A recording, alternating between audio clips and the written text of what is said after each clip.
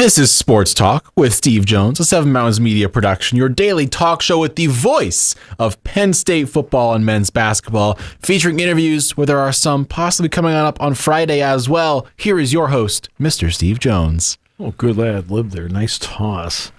We'll work on the introduction. Of course.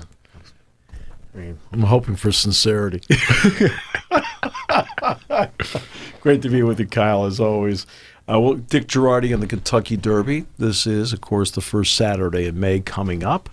So we always have Mr. Girardi on to weigh in on the ponies and which way you may want to go with your cash. I wonder what you could be talking about. I believe it's called wagering. And then Neil Coulong in the NFL draft. Going to really concentrate on the Steelers and what they were able to do. I know Neil is not often impressed with the Steeler draft. This time he was impressed. He'll explain why coming up on Friday. We're going to start out today with the spotlight on you. On me? Yes. Oh, boy. Because last night the Knicks went out and beat the Heat. Jalen Brunson, who put it upon his shoulders saying it was his fault in Game 1, stepped up with 30 last night. They went on a 24-12 run to close the game last night, to take a 6-point deficit and turn it into a 6-point win. They needed to win that game, really. I mean, wasn't a must-win, but it was a strongly recommended one. You didn't need to go down to South Florida and have an 0-2 deficit. And to their credit, they have evened it up. Your team played well. They did play well. I think this is now, I believe 13 straight series where if the home team lost Game 1, they won Game 2. And, I mean, I'll take it. That's a win for us. Obviously, we are going back now to Miami, and Miami's got the home field advantage for the rest of the series, which kind of stinks for us. It just means you have to win one there, that's all. It does. And it also means that, if we can stay healthy, we'll be good. Julius Randle came back, played okay. I think he had 12 rebounds, 25 points. He played well. RJ Barrett played well. Brunson played well. We shot 40% from three, which feels like the greatest accomplishment the Knicks could ever do when we couldn't shoot a three to save our lives for a series and a game. Right. So I am a happy camper, and knowing that possibly Jimmy Butler doesn't play this game either feels good.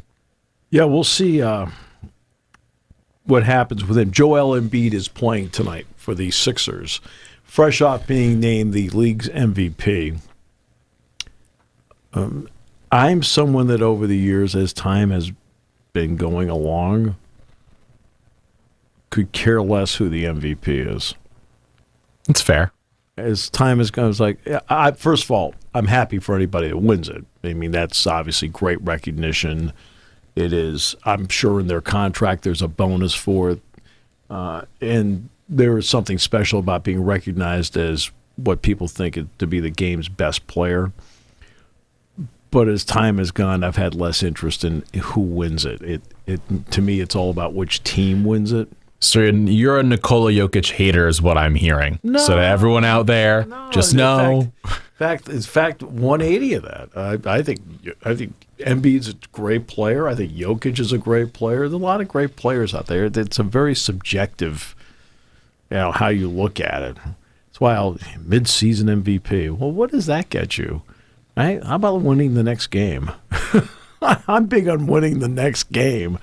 Don't really worry too much about who the team MVP happens to, or the league MVP happens to be. So let's go through who was the American League Most Valuable Player 2 years ago. The AL MVP, that would have been Aaron Judge? It was last year. Last year, so the year before that, Shohei? See, nobody knows. Yeah, that's fair. Okay, who won the Hart Trophy 2 years ago in the NHL? Oh, God. Great question. Nobody knows. Okay, I mean, that's where it gets to in all of this. We're now about a century into, more than a century into pro sports, and a century and a half of college sports. That's a lot of people over the time. Were a lot of people that played, and that's why I'll see historic performance. Like, okay, well, Anthony Davis had 30 points and 23 rebounds. Heck of a ball game. It's a great game. Historic. I'm like, okay, you ever see Will Chamberlain play? There's a whole bunch of those in the history of the game. But it's a great performance. 30 points, 23 boards. That's a great performance. I mean, you don't think Bill Russell ever had 23 rebounds in the game? He had 23 rebounds a lot. Now, that also means back then a lot of people missed. And that's why I love seeing all these records and people talk about it. It's like, this player is the first to do this since blank. And the NBA, 95% of those things are Damian Lillard's the first to do this since Wilt Chamberlain did it 75 times in his career. It's just like, yeah, Wilt Chamberlain's one of the greatest ever because he just was. It's truth. Oh, and I watched him. And Russell, it's always interesting. Russell played him better than anybody. Chamberlain still scored on Russell. Chamberlain still got rebounds against Russell. It just, more often than not, Russell's teams won. Yeah. And people act, though, as if like Wilt Chamberlain never did anything and he wasn't really a great player. Have you seen someone else put up 100 points? No. And we're probably never going to. We got 81-point games this year, and those were both like perfect performances from those two players, and they fell 19 points short on each. There's still a minimum of 7 shots made away from getting to 100. Yeah. But Chamberlain is a perfect example of something I talk about all the time. We have to appreciate how hard it is to win. Chamberlain won 2 championships in his career. 2. One with the Sixers in 67, I think it was. And the other one was with the Lakers in 72. Jerry West, as great a player as he was, won once. He was on the 72 Lakers. Ernie Banks never got to the postseason. It's just hard to win. Now, I realize when certain teams like the Yankees don't win, people jab at them and you're not any good. And no, you could be really good, but guess what? For some reason, everything falls into place for somebody else.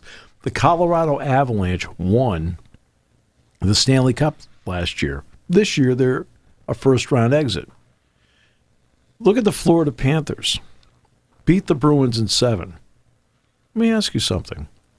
What did the Florida Panthers do last year?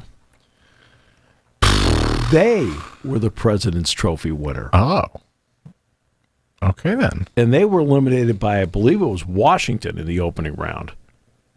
Last year, the Florida Panthers were the President's Trophy winner. And they made a bunch of moves, the whole deal. Got into the playoffs, kind of snuck in, got in as the 8th seed, and then of course they won. They beat Toronto last night. Everyone acts like they came out of nowhere. Look at this. Well, at midseason, when they had the All-Star game in Broward County down in Sunrise, the Panthers were not in the playoff picture. They have now since come back and have put themselves in that spot. But people forget a year ago, they were the President's Trophy winner, not the Bruins, not the Avalanche, none of them. Okay. It's hard to win. Okay? Jokic last year didn't have Jamal Murray. This year he does. Now, don't the Nuggets look more like a winner? They're rolling. Yeah. They're rolling. The Lakers transformed the team except for essentially 2 players, maybe 3. And now put themselves in an interesting spot because Golden State has been a really good home court team all year. And they went in last night to chase and beat them, 117 to 111. I mean, baseball's a 162-game grind. Last year, Aaron Judge hit 62 home runs. Phenomenal season. He is not going to hit 62 home runs this year. Right? Let's start with this. He's already on the IL. He's already going to be out. He's already going to miss 10 games. He didn't miss any games last year. And maybe he sat out 1 or 2, but he wasn't hurt. Giancarlo Stanton is a great talent. Can hit the ball 1.5 miles. But he gets hurt a lot. It's hard to win. It's hard to stay healthy. It's hard to keep guys in there. And it's always been difficult to win. That's why you cherish winning. You cherish winning a game. You cherish winning the week. And then you go to the next week. In basketball, Dick Girardi and I talked often about splitting weeks. Don't have an 0-2 week. Don't have an 0-2 week. Right? And they went for the entire month of January. After the beginning of January was a little different, but they ended up splitting every week. Right? Then they lost 4 in a row. Uh-oh. There's back-to-back 0-2s. Trouble in River City. And then they bounce back from it. But winning's hard. Why is it since 1976 there's been no undefeated team to win the national championship in college basketball? Because it's difficult.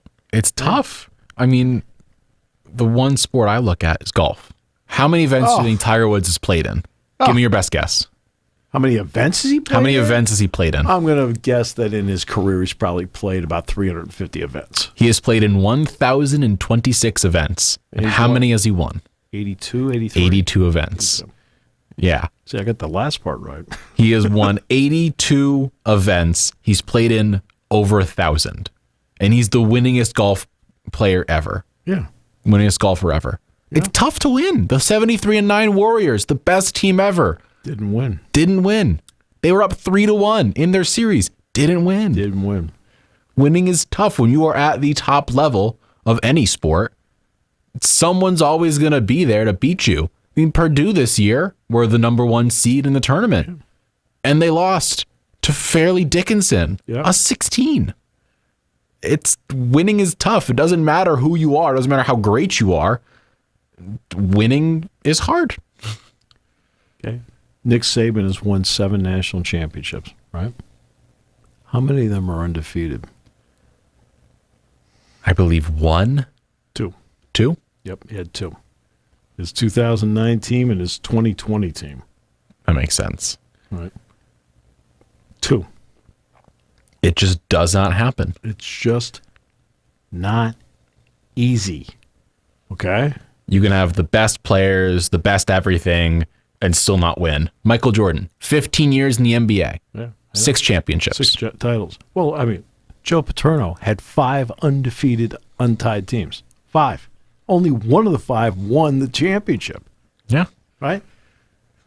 So they're like going, okay. Jim Boeheim. No offense, that makes no sense. Jim Boeheim. Thousands of wins. And he's got 1. 03, baby. That's it. But it's cherished. Yeah. People who think, and like LeBron James, he went to the finals 9 of 10 straight seasons. He won 10 straight. Won 10 straight. And people were like, LeBron's washed. LeBron's this, LeBron's that. Dude made it to the finals 10 straight years. Yeah. And he only won about half of them. Winning is tough. Yeah, it's real tough. He's been to the finals 11 times. The 10 straight, plus there was that one when Cleveland early. Yeah. He's 4, the teams he happen to be with are 4-7 in those series. Which people say, it's a losing record. He's won 4 championships. Yeah. No one cares if you lost 7. Hard. All right, that's what Bill Russell. 8? Bill Russell, yeah. Actually, Russell was on 11. Bill Russell played in 21. You listen to this. 21, like, winner-take-all games in his career. All right? 2 championships at USF, an Olympic gold medal, and with the Celtics. 21 win or you're done. 21 and wow. Crazy. That's why the J.J. Redick, when he made the comments about Bob Cousy. Oh, boy. Right? And he said, look, you only had to win 2 rounds to win the title back then. Accurate. Right? then I went through and I said, let's have a little fun. Let's see how many times J.J. Redick got through 2 rounds. And, got to the second round. He got twice. Like, J.J., you should know. It's hard. It's hard. And the league wasn't as diluted. Mm-hmm. There's two ways of looking at it. Obviously, like John Havlicek sold insurance in the offseason. Right? One of the greatest players in the history of the NBA. But he had to have a second job. Didn't get paid enough. So, yeah, these guys had to have other jobs in the offseason. So that's one. Number two, right, you also didn't have the league where it was, you have 30 teams now. You have 30 teams, and each team's got some form of star on them. I mean, look at Luka Doncic, one of the league's top players. Didn't make the playoffs. Didn't make the playoffs, yeah. It's Giannis Antetokounmpo. You've got, 8 teams left currently in the NBA playoffs? One of the MVP candidates? Not there. Not there. Nope. Right? I mean, Oscar Robertson played all those years with the Cincinnati Royals, along with Jerry Lucas, by the way, who was a great player. Okay? Couldn't get, either couldn't make the playoffs or couldn't get out of the first round. Lucas finally won a title with your beloved Knicks, and Robertson finally won a title with the Bucks. But it's difficult. We need to appreciate winning more. And one of my favorite lines is whenever I hear fans after their team has won, oh, yeah, we won. They stink. Excuse me, over here in the back. So in other words, your win wasn't that great because they're bad? How about they're really good, and guess what? Our win is great because they're really good. Every team expects to win. They go into a season saying we expect to win a championship. Like the NFL for years, it was always okay as a New Orleans Saints fan. 2017, 2018, the Saints, we expect to win a championship this year. We fell short. You know what? We won one championship of my lifetime in 2009, and I appreciate that championship every year. It is one of my favorite memories. I don't care. Breeze didn't win 2 or 7 like Brady. He's still one of the greatest quarterbacks that ever lived, and that's okay. And believe me, as somebody who remembers the founding of the New Orleans Saints, it took forever just to get to that. You are really dating yourself these past 2 days. You've been really coming out firing with these. It's okay. I remember when they were founded. I mean, they couldn't get out of their own way for years and years and years. And when I saw them win in 2009, I was so happy for them because as the Saints started in 1967. Well, 42 years later, after a lot of losing, I mean, Archie Manning, Peyton and Eli's father, took a beating down there physically because they just weren't good. And they finally got to the promised land. Basketball note. Let's get to the recruiting part of it. Penn State,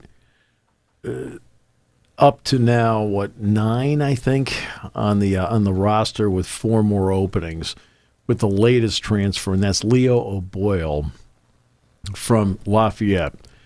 Penn State fans, I will take you back to the Michigan State football weekend the day after Thanksgiving. Penn State played Lafayette, and Mike Jordan brought his team in, and Leo O'Boyle, number 33 for Lafayette, came in. I think he had 19 points in the game. Going into the game, like every opponent, no matter what, I always take seriously, no matter what.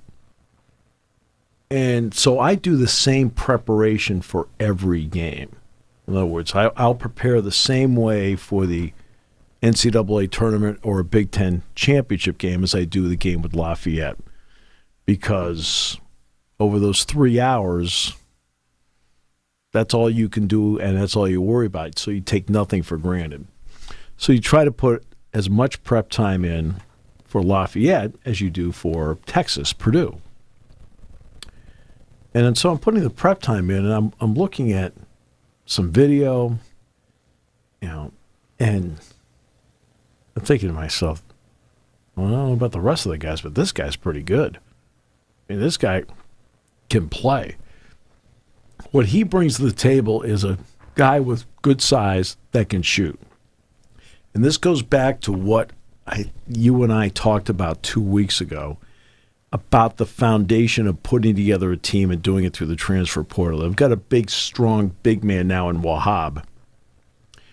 They've got the point guard in Baldwin that is the heartbeat of making this thing go.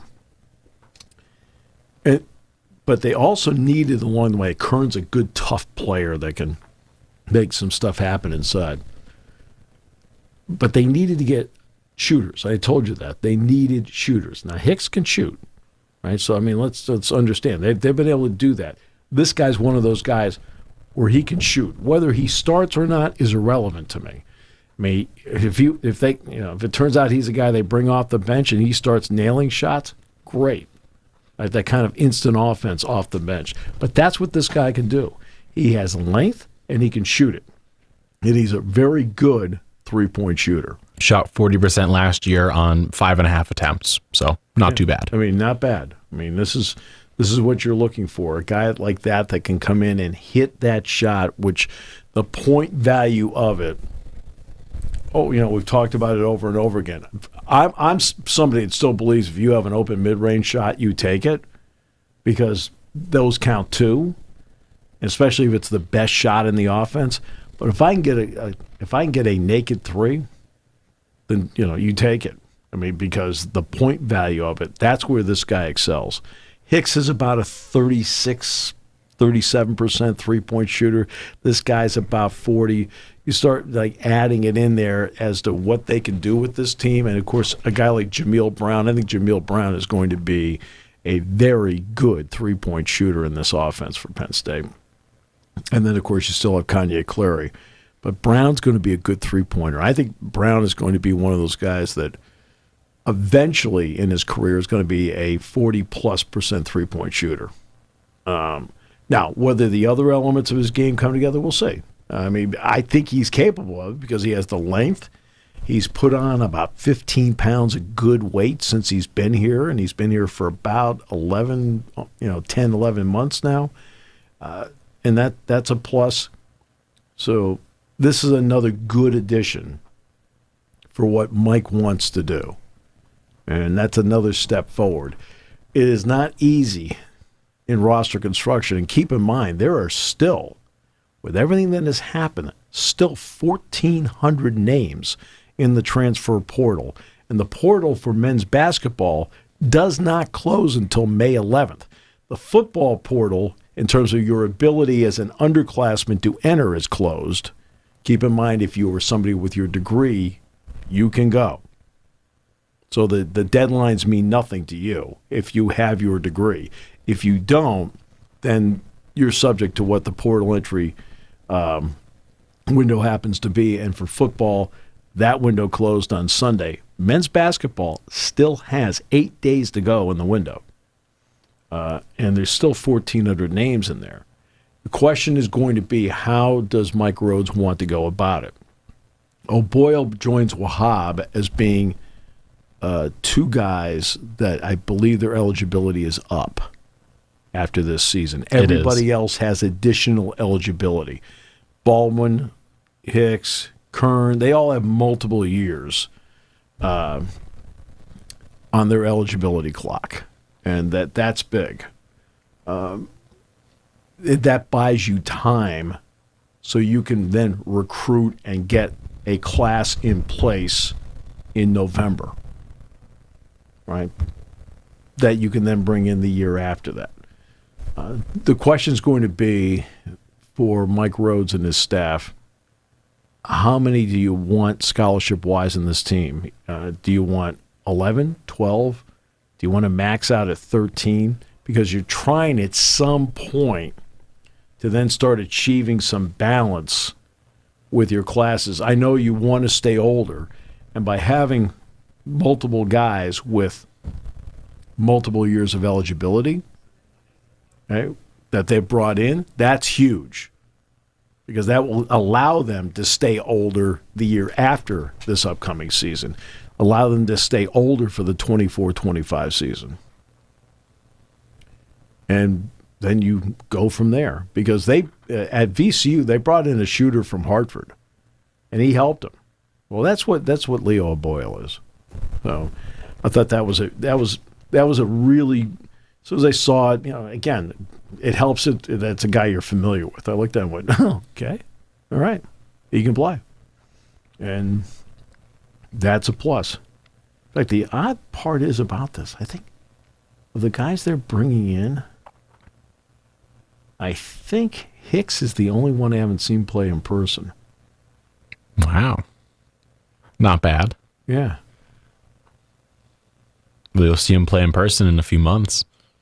Hopefully. Repeatedly. Hopefully and repeatedly.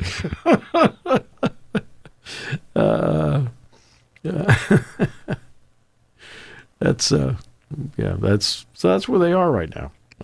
It's a good spot to be in. Look, you're going to bring people in left and right.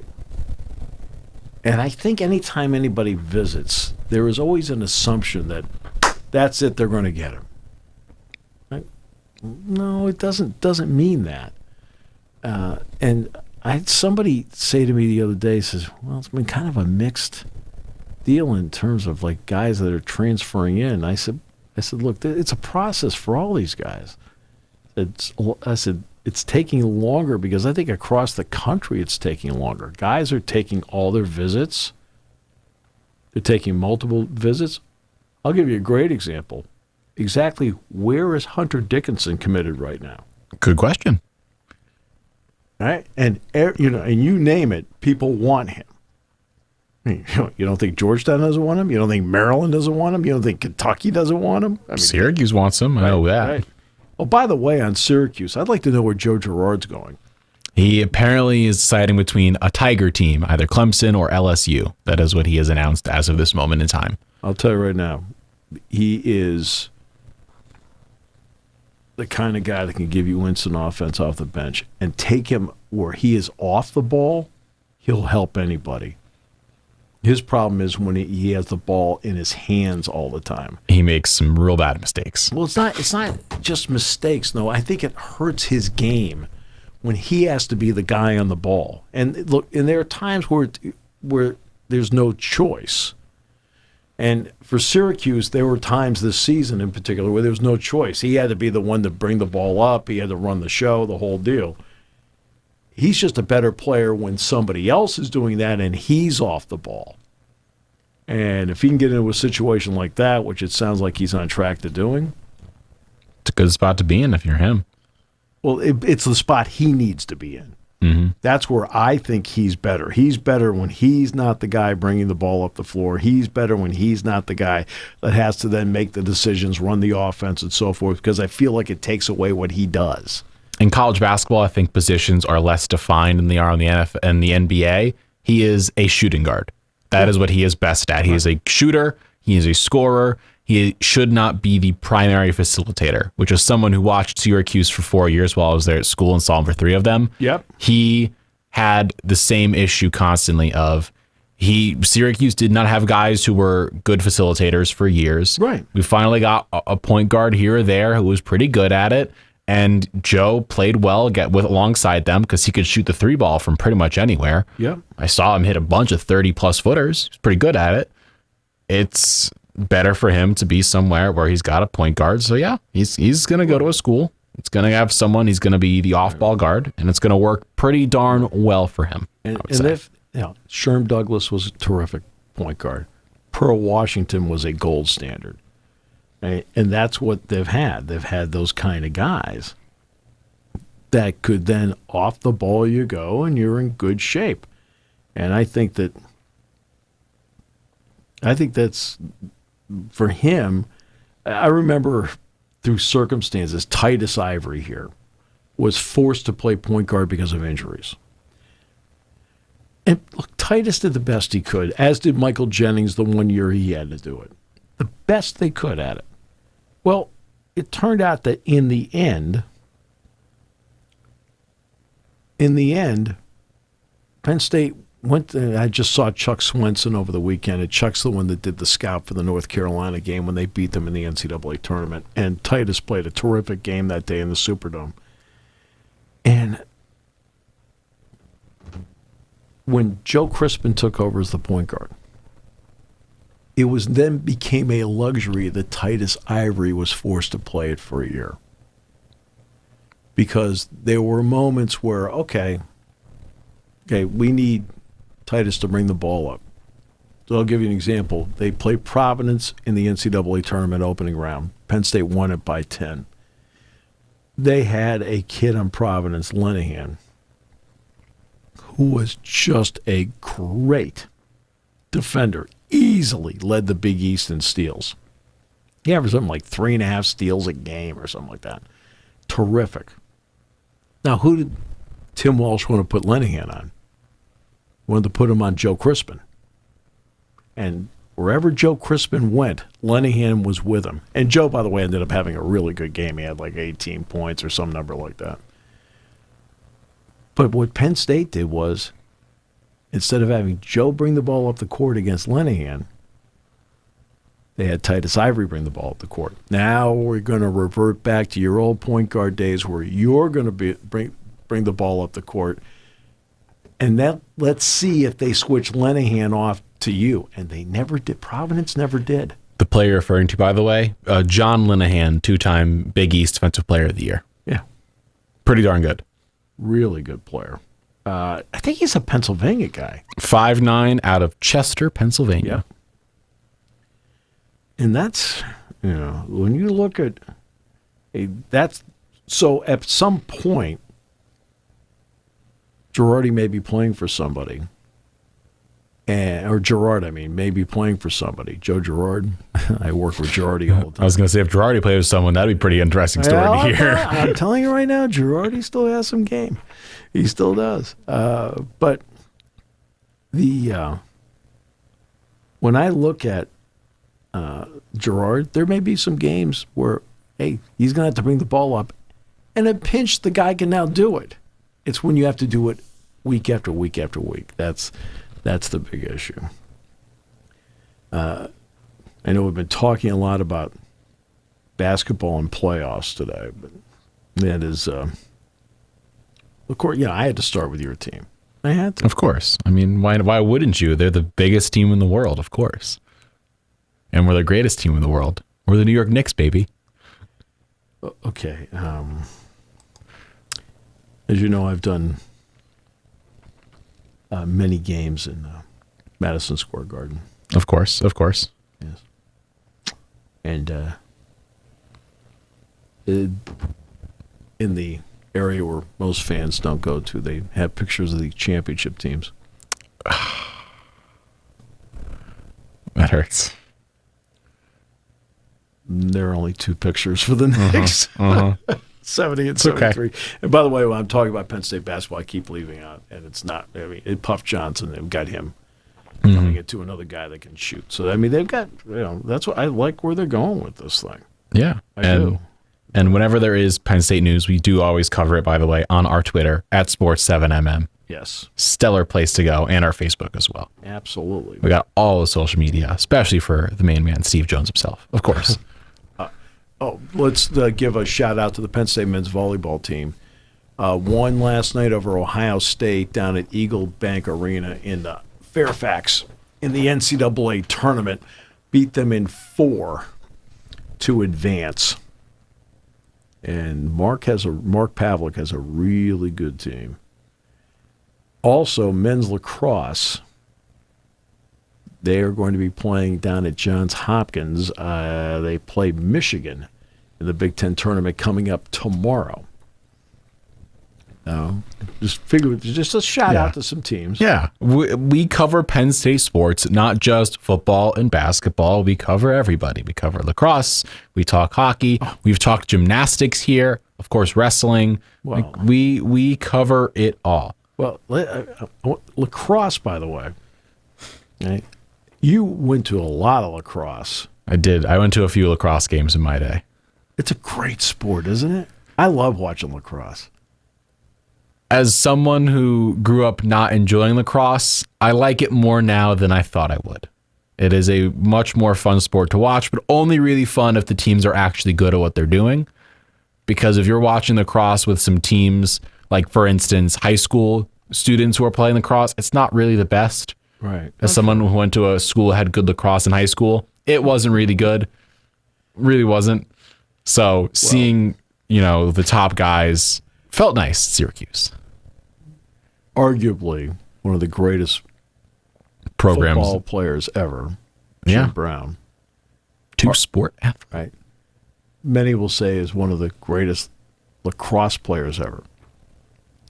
And I believe that when Jim Brown in the 50s played lacrosse for Syracuse, you were allowed to take and pin the ball up against you with the stick. You are correct. And when Jim Brown did that, there was nobody that could get it from him. Thus, they changed the rule. You can't do that anymore Because of Jim Brown. Because otherwise, you'd have a Hall of Fame, like all-time running back running at you from the NFL, running down your throat. Oh, jeez. And respectfully, I don't think many of these lacrosse guys could stop Jim Brown. I mean, anyone could stop Jim Brown, realistically. He terrorized everyone from lacrosse to the NFL. Yes. And again, difficult to win. Jim Brown in his NFL career,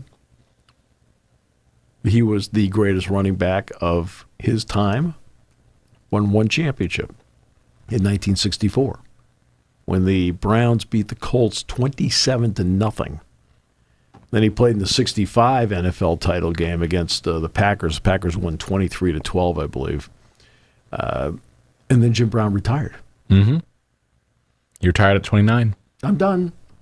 Well, what happened is he wanted leeway. He was making the movie The Dirty Dozen, I believe. Mm-hmm. He wanted some leeway for camp, and Art Modell wouldn't give it to him. Are you nuts? Psycho. Okay. They put you in the Hall of Fame? Okay. It's one thing to move the Browns to Baltimore, but you looked at Jim Brown and go, no, I'm a line in the sand. Excuse me, that's Jim Brown. What are you doing? Oh, okay. Sorry. That was. You know who probably can't do that and can't get the same treatment Jim Brown would or should? Dylan Brooks. Your favorite player in the world. There's a lot of talk. Brooks is not going to be signed by anybody. Someone's going to sign him. He is too good defensively to not. I agree with you that somebody will sign him because somebody always signs these guys. They're sitting there looking around saying, okay, we really could use somebody. I know the past two players I can think of, because Dylan Brooks has stated he was mad this year that his role got diminished, that he went from being a focal point of the offense in part with Ja and with Triple J to being a 3-and-D player. And realistically, he'd be great as a 3-and-D player, but he hasn't accepted that he should be not just the focal point of the offense because he can't make a shot to save his life. And other players in the past you're just so negative. I am the nicest person in the world. I know what you're talking about. Other people who have not accepted roles, but then later on in their careers had to accept they're not the guy anymore. Carmelo Anthony had a pretty great rest of his career after accepting he's going to come off the bench. Yeah. And Russell Westbrook. Yeah. He accepted it. He said, okay, I'll come off the bench. He played pretty well for the Lakers off the bench. He got traded, and then he played really darn well in the playoffs when they needed him to for the Clippers. Yeah, he did. Because, I mean, they didn't have Paul George. Then eventually Kawhi Leonard had to go out and miss the last 3 games because I think the Suns won at 5. Yeah. And Joel Embiid, by the way, will play tonight. He said apparently last night to his teammates while celebrating the MVP award, and I quote, "I'm back." There you go. Stellar quote from him, the MVP'd. Don't love the nickname? I'll get back to you on that. This is, he along with Doncic, Jokic, and Embiid embody what the 5 position is now in the NBA. It is, you have to have the ability to step out and face up and hit the 3. When Embiid came into the league, and of course it took 2 years before he could play. He was out with injuries for the first 2 years, and he would have been the first overall pick in the draft without injuries. He ended up being the 3rd overall pick. But he had to miss the first 2 years. But when he came into the league, I thought, well, okay, he's really a back-to-the-basket guy based on what he did at Kansas. That's the part that has struck me in watching him over the years, is how good he is at shooting the 3. You know, you put him out in the wing, he is a heck of an outside shooter. He's got really nice touch out there to then go with everything else he does in the post. But that's today's modern game. Jokic is a facilitator. He is a point forward. He can shoot threes. That's why he has so many triple doubles. But that's the position today. That's why when I see a Zach Edey put his name into the draft with the idea he can pull his name out, which he can. I think you have until May 31st. Yeah, you've got until just before the draft to pull it out. They go like night before. May 31, I think you have to pull your name out by. There's also, it's not just pulling your name out by May 31. I think you are then allowed to go back into school by June 6th or something like that. Yeah, it's like a week where you have to pull your name out and then you can get back in school by then. Yeah, right. Rules are funky. Right. But that's the reason why Edey, I just can never see him playing in the league because he can't do. And I'm not saying he's going to be Embiid. I'm not saying he's going to be Jokic or Doncic. He's not that kind of guy, but he doesn't shoot out there. Let's compare him and someone, assuming he had come out this year in the draft. Assume he did. Let's say him and the going to be number 1 overall pick, Victor Wembanyama. Right. Victor 7'5". 7'5", like height-wise the same. Size-wise, obviously different. Victor's a stick, and Edey is a monster. Right. Very different players, and the reason Wembanyama, Victor can shoot, he can handle the ball, he's got guard skills. He is. That's what always helped Anthony Davis. Anthony Davis, when he was in high school, was a point guard up in Chicago. And what happened was he had a growth spurt. Well, in the growth spurt, body got bigger, got taller, the whole deal, but he maintained the guard skills, his ability to put it on the deck, his ability to make some passes, and that's what's always made him a really good NBA player. I mean, he'll get to the Hall of Fame without question, but that's what it just turned out that's the way it worked. Yeah, and it's the guard skill ability that a lot of these guys have. Now, Embiid doesn't have guard skills, but he puts the ball on the deck. He's a good passer. That's always been the part for years. I mean, you're not surprised by it anymore. But the first couple of years of his career, I'd watch him play and I'd say, he can really shoot the ball out there. And it was not what I expected of him coming out of Kansas. And also, let's face it, he had disappeared for 2 years, too. You just didn't know. When you're sitting there and he's a better outside shooter than Ben Simmons, okay, that's another topic. I mean, I don't think Ben Simmons even gets to put his name in the hat of being an outside shooter anyway. So that disqualifies him regardless. Well, first of all, I don't know if I can put his name in there for being a player right now. The only game tonight is the Celtics and the Sixers. That's an 8 o'clock game tonight on TNT. Also coming up, a pair of Stanley Cup playoff games. Tonight, the Devils will play down in Raleigh. They'll take on the Hurricanes. Game 1 of that series, and Game 1 between Edmonton and Vegas tonight. Connor McDavid. Big man. Quickly, though, I want to go back to the Sixers. Tonight, what if they beat the Celtics in Game 2, and they go home with a 2-game advantage, having beaten the Celtics 2 straight, and they get to come home and have 2 games straight where they could just sweep the series? Sure. What happens then? What if you're Boston? Well, first of all, let's talk about Boston for a moment.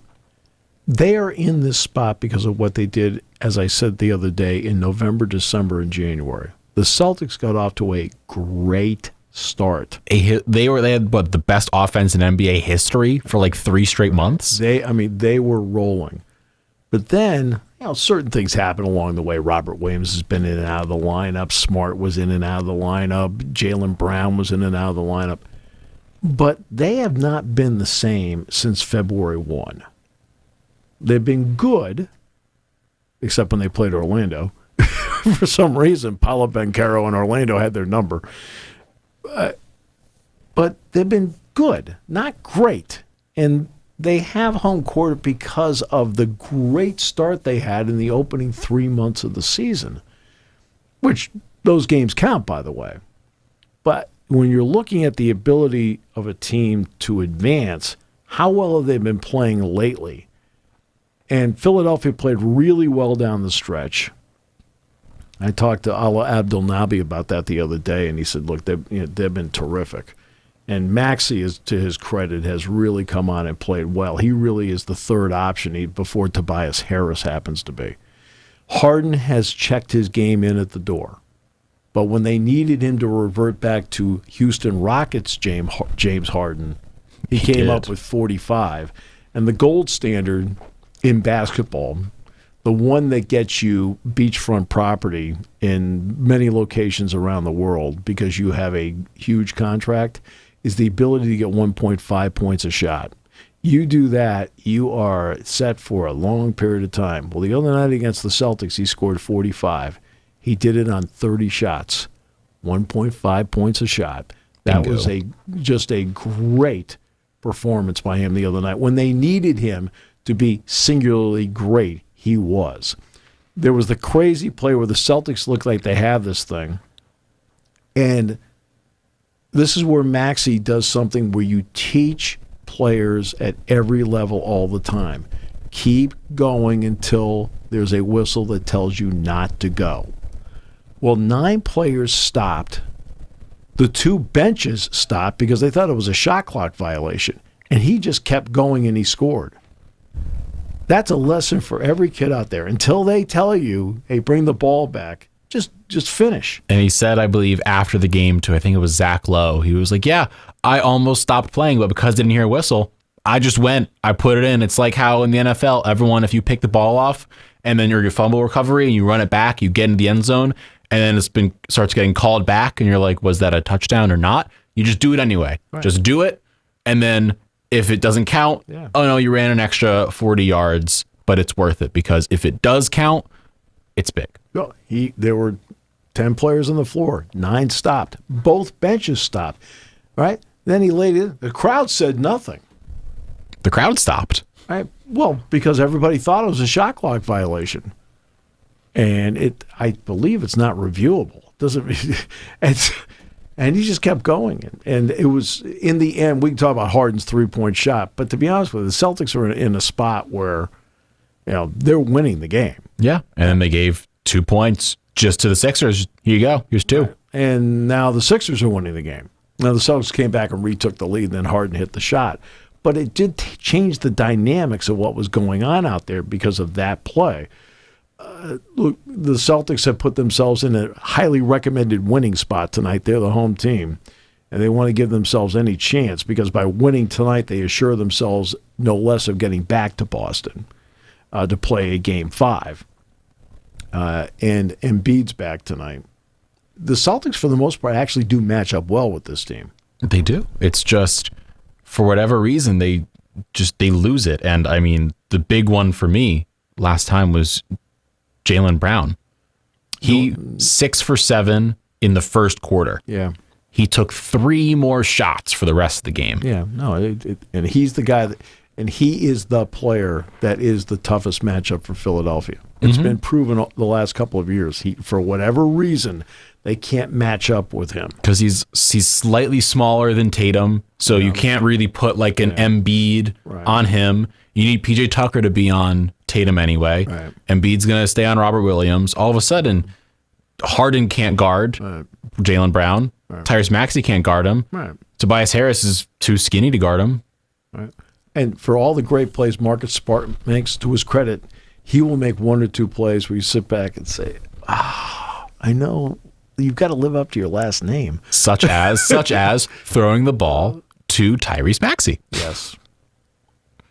Yes. Oh, what a fun time it's going to be tonight. That Boston crowd is going to boo Embiid. And they'll need Malcolm Brogdon to play well tonight, who's been the top 6 man in the league all season. I mean, he won the award. He played well apparently against the Sixers last game. He was he was plus 14 on the court. Yeah. None of the starters for the Celtics were in the positive. They were negatives. All of them, plus minus wise. Yeah.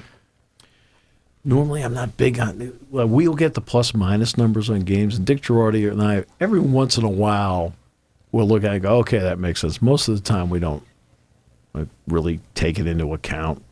But plus 14, that ain't bad for 34 minutes off the bench. She's basically the third starter. So let me give you the greatest plus minus number I ever heard for a season. Okay, what's a good plus minus in the NHL for the season? I do not know. If you're having a really good year, if you're plus minus and you're plus minus like plus 40, one year Bobby Orr was plus 120. That shouldn't be legal. That should not be allowed.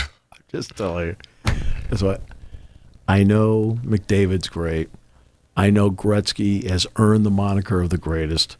I know Lemieux was great. I know Gordie Howe was great. That's still the best hockey player I ever saw in my lifetime. That's just me. It's probably complete prejudice from whatever, but he's the best player I ever saw. Okay. You do you. Bobby Orr. Bobby Orr? Bobby Orr. Where do you go park his car? It's interesting is Larry Bird when they play the national anthem. Bird said that they said we always see you looking up at the Raptors. What are you looking up at? He said I'm always looking up at Bobby Orr's retired number 4 up there. He wants to be as great as him. Pretty close. Yeah, I was gonna say if anyone's gonna get there, Bird got about as close as one can get. You want to talk about making a difference? The Celtics, before Bird, the last season before Bird was playing at Indiana State, won 18 games. You want to know how many games the Celtics won in Bird's rookie season? What, 63 or something? 60 games. 60? Yeah. Plus 42. Okay? That doesn't happen today. Okay? Victor's going to get picked by somebody. There will not be that kind of improvement. Nope. All right, back tomorrow. And then we got Dick Girardi and Neil Coulong on Friday here on Seven Mountains Media. And of course, thanks for tuning in to Sports Talk with Steve Jones, Seven Mountains Media production. Check back daily for all the latest sports news in and out.